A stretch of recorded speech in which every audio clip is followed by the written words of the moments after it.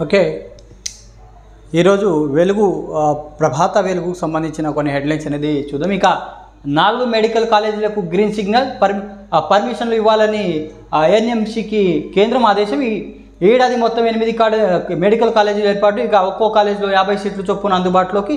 రాష్ట్రంలో 4090కి పెరిగిన మొత్తం మెడికల్ సీట్లు అన్నట్టు ఒక హెడ్లైన్స్ అనేది చూస్తున్నాం. ఇక యాదాద్రి, మెదక్, మహేశ్వరం, కుత్బుల్లాపూర్ మెడికల్ కాలేజీలు కేంద్రం ఆరోగ్య శాఖ గ్రీన్ సిగ్నల్ ఇచ్చింది. తెలంగాణ ప్రభుత్వం దరఖాస్తు చేసిన 4 కాలేజీలు పర్మిషన్ ఇవ్వాలని నేషనల్ మెడికల్ కమిషన్కు ఆదేశించింది. అదే విషయాన్ని తెలియజేస్తూ రాష్ట్ర ప్రభుత్వానికి కేంద్ర ఆరోగ్య మంత్రిత్వ శాఖ మంగళవారం లేఖ పంపిందంటూ ఒక హెడ్లైన్స్ అనేది చూస్తున్నాం. ఇది మెడికల్ కాలేజ్కి సంబంధించిన కాలేజీలకు పర్మిషన్స్ అనేది ఇవ్వడం జరిగింది.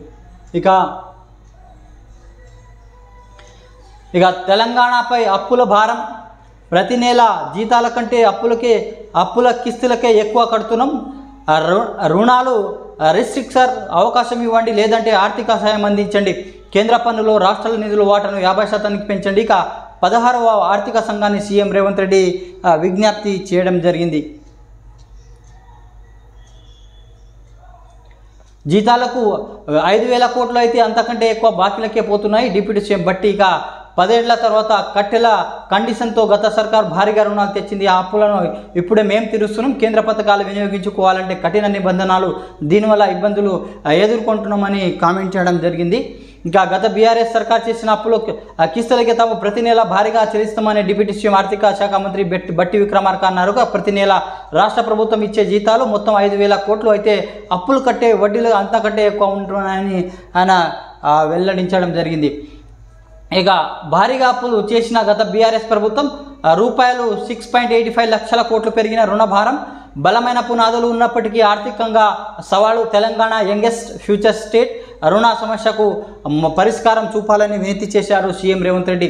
తెలంగాణపై అప్పుల భారం పెరిగిందని ఆర్థికంగా సవాళ్లు ఎదుర్కొంటున్నామని 16వ ఆర్థిక సంఘాన్ని సీఎం రేవంత్ రెడ్డి తెలిపారు. ఇక రాష్ట్ర రుణాలకు రిస్ట్రిక్షన్ చేసేందుకు అవకాశం ఇవ్వాలని, లేదంటే అదనంగా ఆర్థిక సాయం అందించాలని విజ్ఞప్తి చేశారు. అలాగే కేంద్ర పన్నుల్లో రాష్ట్రాలకు పంపిణీ చేసే నిధులు వాటాను 41% నుంచి 50% పెంచాలని కోరారు. మంగళవారం ప్రజాభవన్ 16వ ఆర్థిక సంఘం చైర్మన్ అరవింద్ పనగరియా, సీఎం సభ్యులతో సీఎం డిప్యూటీ బట్టి విక్రమార్క మంత్రులు సమావేశమయ్యారు. ఈ సందర్భంగా సీఎం రేవంత్ రెడ్డి మాట్లాడుతూ తెలంగాణకు బలమైన పునాదులు ఉన్నప్పటికీ అప్పుల కారణంగా ఆర్థికంగానే అనేక సవాళ్లు ఎదుర్కొంటున్నామని చెప్పారు. గత ప్రభుత్వం భారీగా అప్పులు చేసింది. గత ఆర్థిక సంవత్సరం చివరి నాటికి అప్పుల భారం రూపాయలు 6.85 లక్షల కోట్లు పెరిగింది. ఇందులో బడ్జెటేరా రుణాలు ఉన్నాయి. రాష్ట్ర ఆదాయంలో అధిక శాతం రుణాలు చెల్లింపులకి పోతున్నాయి. రుణాలు, వడ్డీలు చెల్లింపులు సక్రమంగా నిర్వహించకపోతే రాష్ట్ర పురోగతిపై ప్రభావం పడే అవకాశం ఉంది. ఇక ఈ నేపథ్యంలో రుణాలు సమస్యలు పరిష్కరించేందుకు తగిన సాయం,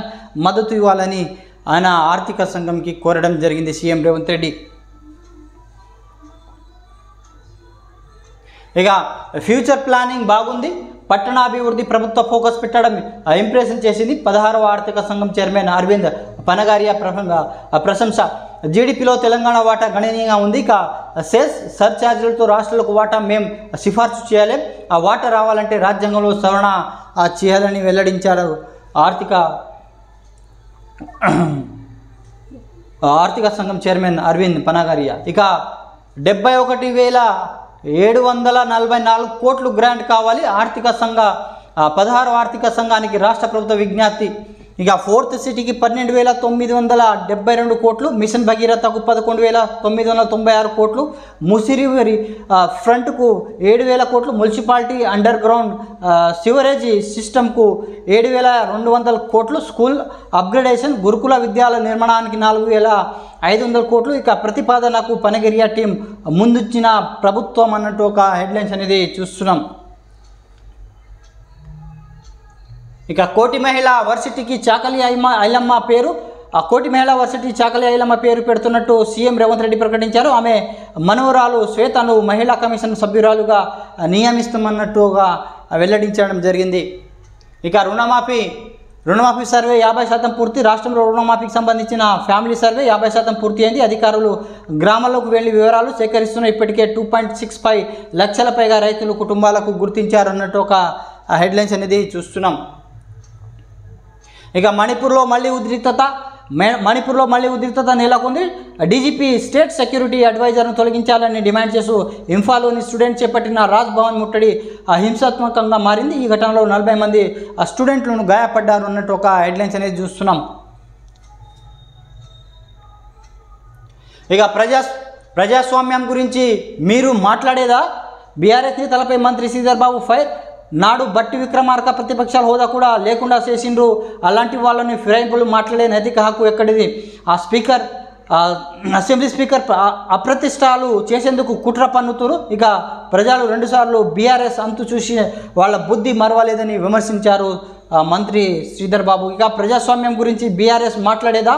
ఆ పార్టీలో ప్రజాస్వామ్యం లేదు, బీఆర్ఎస్ ట్వీట్లు పెట్టేది మాట్లాడేది కేటీఆర్. హరీశ్రావు మాత్రమే 8 నెలల నుంచి వాళ్ళిద్దరు మాట్లాడుతున్నారు. ఇంకెవరైనా పార్టీలో మాట్లాడే స్వేచ్ఛ ఉందా? వారికైనా వాళ్ళు మాట్లాడే అవకాశం ఇచ్చారా?